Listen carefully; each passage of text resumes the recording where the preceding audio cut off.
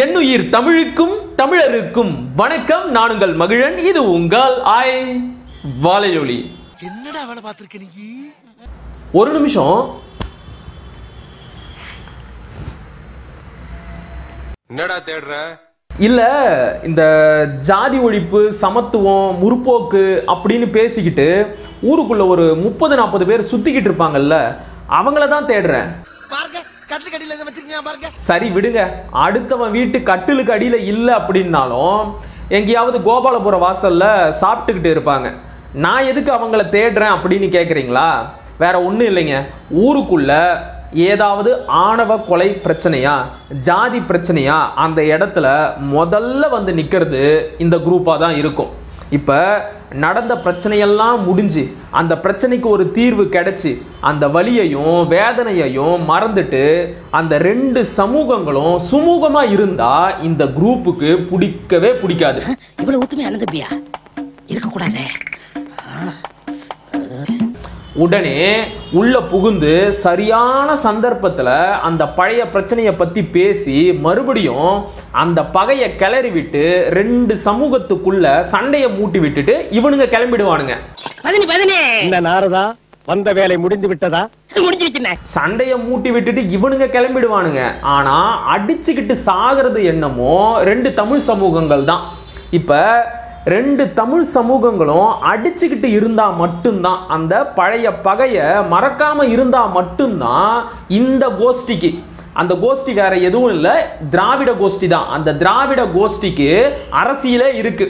ரெண்டு தமிழ் சமூகங்களும் எப்பவும் அடிச்சுக்கிட்டே இருக்கணும். அப்படி அடிச்சுக்கிட்டு இருந்தா மட்டும்தான் இவனுங்க அரசியல் செய்ய முடியும். ஆனா அதே நேரத்துல இவங்களுக்குள்ள ஏதாவது ஒரு பிரச்சனை வந்ததுன்னு வைங்க, இவனுங்க சமூகத்துக்குள்ள ஏதாவது பிரச்சனை வந்ததுன்னு வைங்க, அதை பத்தி வாயே திறக்க மாட்டானுங்க. சைலண்டா உள்ளுக்குள்ளேயே வச்சு முடிச்சுக்குவானுங்க.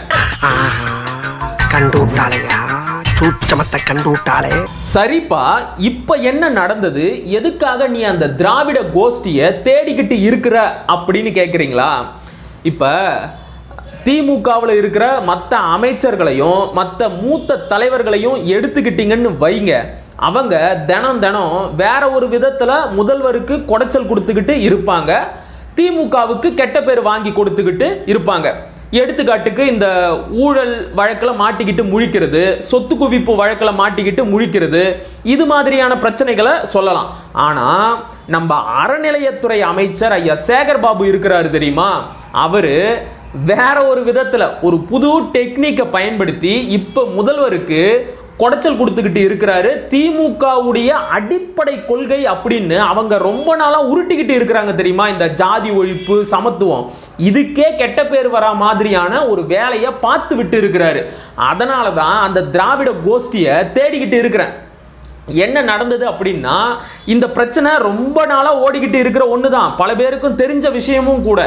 என்ன அப்படின்னா, நம்ம அமைச்சர் சேகர் பாபு இருக்கிறார் தெரியுமா, அறநிலையத்துறை அமைச்சர், அவருடைய பொண்ணு ஜெயகல்யாணி மனசுக்கு பிடிச்ச ஒரு பையனை ஜாதி மதம் பார்க்காம, ஏழை பணக்காரன் அப்படின்னு எந்த ஒரு வேறுபாடையும் பார்க்காம கல்யாணம் பண்ணிக்கிட்டாங்க. இங்க இருந்தா அமைச்சர் சேகர் பாபு தங்களை நிம்மதியா வாழ விடமாட்டாரு அப்படின்னு அவங்க பெங்களூர் ஓடி போய் கல்யாணம் பண்ணிக்கிட்டாங்க. ஆனா நம்ம ஐயா சேகர் பாபு என்ன பண்ணாரு தெரியுமா, அங்கேயும் கூட அவங்களை நிம்மதியா வாழ விடாம அந்த மாநிலத்தோட காவல்துறையை பயன்படுத்தி அவங்கள இங்க புடிச்சு கொண்டு வந்து அந்த பையன் மேல பொய் கேஸ் போட்டு இன்னைக்கு படாத பாடுபடுத்திக்கிட்டு இருக்கிறாரு. அந்த பையன் பேரு சதீஷ்குமார். நேத்து அவருடைய பொண்ணு அமைச்சர் சேகர் பாபுடைய பொண்ணு ஜெயகல்யாணி கை குழந்தைய வச்சுக்கிட்டு தன்னுடைய கணவர் போட்டுக்கிட்டு இருந்த சட்டைய, கிழிஞ்சு போன அந்த சட்டையை கையில வச்சுக்கிட்டு கதறாங்க. முதல்வர் தான் எங்களுக்கு ஒரு நல்ல தீர்ப்பை சொல்லணும், எங்களுடைய உயிருக்கே ஆபத்து, எங்களுக்கு அவர் தான் பாதுகாப்பு தரணும் அப்படின்னு கிடந்து கதறாங்க. நீங்களே அந்த வீடியோவை பாருங்க.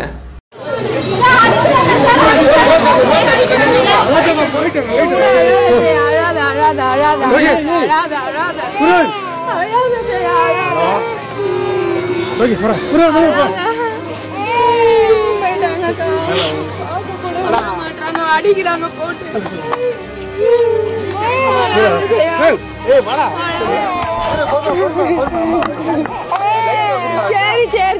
சரிம்மா சரிம்மா சரிம்மா அழாத. சரி சரி சரி சரி. நாங்களும் எவ்வளோ மீடியா பேசிட்டோம், எல்லாத்துலேயுமே பேசிட்டோம், எல்லாமே பண்ணிட்டோம். எல்லாம் 2 நாள் வந்து சோஷியல் மீடியாவில் வைரலாக போகுது, எல்லாமே பண்ணுறாங்க. அதுக்கப்புறம் எங்களுக்கு தேவையான எங்களுக்கு ஒரு தீர்ப்பு எதுவுமே கிடைக்க மாட்டேங்குது. இந்த தடவையாச்சும் நாங்கள் கேட்குற தீர்ப்பு வந்து சிஎம் மூலியமாக எங்களுக்கு கிடைக்கணும். இதுக்கப்புறம் நானும் என் குழந்தையும் என்னோட கணவரோட அக்கா வீட்டில் தான் இருக்க போகிறோம். எங்களுக்கு அங்கே வந்து உயிருக்கு ஏதாச்சும் வந்து அச்சுறுத்தல் வருமோன்னு பயமாக இருக்குது. எங்களுக்கும் வந்து பாதுகாப்பு வேணும், எனக்கும் என்னோட குழந்தைக்கும் பாதுகாப்பு வேணும். வீடியோவை பார்த்தீங்களா? நீங்களே சொல்லுங்க. கை குழந்தைய வச்சுக்கிட்டு கிழிஞ்சி போன தன்னுடைய கணவரின் சட்டையையும் வச்சுக்கிட்டு அமைச்சர் சேகர் பாபுடைய பொண்ணு எப்படியெல்லாம் கத்துறாங்க, கதறாங்க, அழுகுறாங்க. கொஞ்சம் கூட மனசாட்சி அப்படின்னு ஒன்று இந்த திராவிட மாடல் அரசுக்கு இல்லவே இல்லையா? அப்படி என்னங்க அவங்க பெருசா தப்பு பண்ணிட்டாங்க? மனசுக்கு பிடிச்ச ஒரு பையனை காதலிச்சு கல்யாணம் பண்ணிக்கிட்டாங்க, அதானே? இதுதானே உங்களுடைய திராவிட சித்தாந்தமும் சொல்லுது. ஜாதியை ஒழிக்கணுமா, ஜாதி மதம் பார்க்காம காதலிச்சு கல்யாணம் பண்ணிக்கங்க அப்படிங்கிறது தானே உங்களுடைய திராவிட கொள்கையே. அதைத்தானே அவங்களும் பண்ணியிருக்கிறாங்க.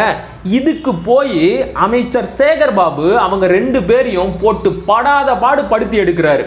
அவங்க 2 பேரையும் பெங்களூர்ல இருந்து இங்க கொண்டு வந்தார் தெரியுமா? கொண்டு வந்த உடனேயே அந்த பையன் சதீஷ்குமார் மேல பொய் கேஸ் போட்டு ஜெயிலுக்கு அனுப்பிட்டாரு.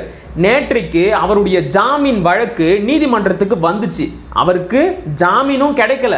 பத்தாததுக்கு சிறையில் உணவு சரியா இல்லாததுனால கிட்னில கல்லு ஃபார்ம் ஆயிட்டு சொல்ல முடியாத கொடுமையை அனுபவிச்சுக்கிட்டு இருக்கிறாரு. இதையெல்லாம் பார்த்து நொந்து தாங்க முடியாம தான் அந்த அம்மா மீடியா முன்னாடி வந்து கத்துறாங்க, கதறாங்க, முதல்வர்கிட்ட கோரிக்கை வைக்கிறாங்க. ஐயா, தயவு செஞ்சு எங்களை காப்பாத்துங்க, எங்களுடைய உயிருக்கு ஆபத்து, எங்களுக்கு நீங்க தான் நல்லது ஒரு தீர்ப்பை சொல்லணும் அப்படின்னு நேற்றைக்கு கத்தி கதறி அழுது இருக்கிறாங்க. இதனால தான் இந்த பிரச்சனைக்காகத்தான் அந்த திராவிட கோஷ்டியை தேடிக்கிட்டு இருக்கிறேன். நீங்களே சொல்லுங்க, எந்த பாதாளத்தில் ஒளிஞ்சிருக்கிறானுங்க, எந்த புதர்ல ஒளிஞ்சுக்கிட்டு இருக்கிறானுங்க? இப்ப 2 தமிழ் சமூகத்துக்குள்ள ஏதாவது ஜாதிய பிரச்சனையா, ஜாதிய கலவரமா, இல்ல இதே மாதிரியான ஏதாவது காதல் பிரச்சனையா, ஆணவ கொலை பிரச்சனையா, உடனே வண்டியை கட்டிக்கிட்டு கூட்டம் கூட்டமா கிளம்பிடுவானுங்க. ஆனா அதே நேரத்துல இவனுங்களுக்குள்ள ஏதாவது ஒரு பிரச்சனையா, இவனுங்க சமூகத்துக்குள்ள ஏதாவது ஒரு பிரச்சனையா, அதை பத்தி பேசுறதுக்கு யாராவது இருக்கிறாங்களா அப்படின்னு எட்டி பார்த்தா ஒரு பயலும் இருக்க மாட்டான்.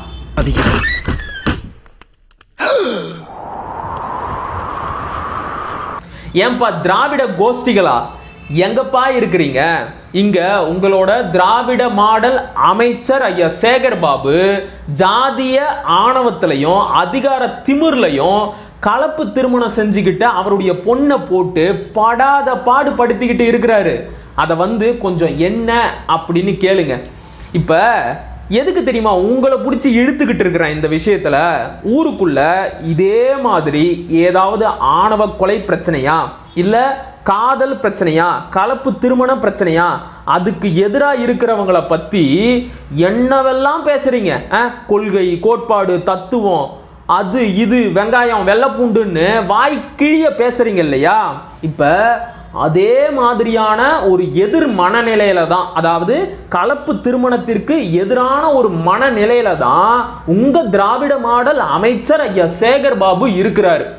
அதை வந்து என்ன இப்படியெல்லாம் செய்றீங்களே, இது தப்பு, இது திராவிட கொள்கைக்கு எதிரானது அப்படின்னு அவரை பார்த்து 4 கேள்வி நச்சுன்னு கேளுங்க பாப்போம். கேட்கறத விடுங்கடா. எங்கடா இருக்கிறீங்க? எந்த பொந்துலடா இருக்கிறீங்க? எந்த புதர்லடா இருக்கிறீங்க? எந்த பாதாள கிடங்களடா பதுங்கி இருக்கிறீங்க? ஏண்டா எங்க தாண்டா இருக்கிறீங்க? எங்க தாண்டா போனீங்க? இப்ப இப்படியெல்லாம் ஜாதிக்கு ஏத்த மாதிரி ஜாதி ஒழிப்பு அரசியல் பேசுறீங்களே, இதுதான் உங்களுடைய ஜாதி எதிர்ப்பா? இளவரசன் திவ்யா, கௌசல்யா சங்கர், இவங்களுக்கெல்லாம் ஒரு நியாயம், ஜெயக்கல்யாணி சதீஷ்குமார்னா ஒரு நியாயமா? நீ கேட்ட ஒவ்வொரு கேள்வி என்ன செருப்பால அடிச்ச மாதிரி இருக்குடா. மாதிரி இல்ல, உண்மையிலே செருப்பால தான் அடிச்சேன். இந்த ஒரு நிகழ்வுல மட்டும் கிடையாது, இப்படி நீங்க பல விஷயத்துல இந்த திராவிட கோஷ்டியோட இரட்டை நிலைப்பாட்டை தெளிவா பார்க்கலாம். நான் எடுத்துக்காட்டுக்கு 1-2 சம்பவங்களை பத்தி சொல்றேன். இப்ப 70 வருஷத்துக்கு முன்னாடி நடந்த முதுகுளத்தூர் கலவரத்தை பத்தியும் ஐயா முத்துராமலிங்கனாரை பத்தியும் திரும்ப திரும்ப பேசி பேசி அந்த பிரச்சனையை கிளறி தேவருக்கும் தேவேந்திரருக்கும் நடுவுல அந்த பகை அப்படிங்கிற தீய அணைய விடாம பார்த்துக்குவானுங்க. ஆனா அதே நேரத்துல இவனுங்க கீழ வெண்மணி படுகொலையை பத்தி வாயே திறக்க மாட்டானுங்க. அப்படியே அந்த படுகொலையை பத்தி பேசினாலும் அந்த படுகொலையை அந்த கொடூரமான செயலை செஞ்ச கோபாலகிருஷ்ண நாயுடுவை பத்தி வாயே திறக்க மாட்டானுங்க. இது பெரியார் காலத்துல இருந்து இன்னைக்கு இருக்கிற திராவிட கோஷ்டிங்க வரைக்கும் இதே டெக்னிக்கை தான் ஃபாலோ பண்ணுவானுங்க. அட அதை விடுங்க. நேற்றைக்கு நடந்த மேல்பாதி திரௌபதி அம்மன் கோவில் பிரச்சனையை பத்தி பேசி வன்னியருக்கும் பறையருக்கும் நடுவுல சண்டையை மூட்டி விடுவானுங்க. ஆனா இவனுங்களே 30 வருஷத்துக்கு முன்னாடி நடந்த குறிஞ்சாங்குளம் காந்தாரி அம்மன் கோவில் பிரச்சனையை பத்தி வாயே திறக்க மாட்டானுங்க. இது எல்லாத்தையும் கூட விடுங்க. இப்ப சமீபத்துல மாரி செல்வராஜால ஒரு புது பிரச்சனை வந்தது தெரியுமா? தேவர் மகன் படத்தை பத்தி. அந்த தேவர் மகன் படத்தை பத்தி இப்ப கூட அந்த அளவுக்கு கடுமையான விமர்சனங்களை முன்வைப்பாங்க. ஆனா அவனுங்களே பிரபுவும் கரணும் நடிச்ச திருநெல்வேலி படத்தை பத்தி பேசுவாங்களான்னு பார்த்தா வாயே திறக்க மாட்டாங்க. இன்னும் சொல்ல போனா நானே அதுக்கு ஒரு தனி வீடியோவே போடணும். அதுக்குள்ள அந்த அளவுக்கு உள்ளடி அரசியல் இருக்கு. சரியா? இவ்வளவு தாங்க. இதுதான் திராவிட புத்தி. இதுதான் திராவிடத்தின் இரட்டை நிலைப்பாடு. தமிழ் சமூகமா அதுக்கு ஒரு நிலைப்பாடு, தெலுங்கு சமூகமா அதுக்கு ஒரு நியாயம், அதுக்கு ஒரு நிலைப்பாடு. இதுதான் திராவிடத்தின் உள்ளடி அரசியல். தெளிவா புரியுதா? அவ்வளவுதாங்க.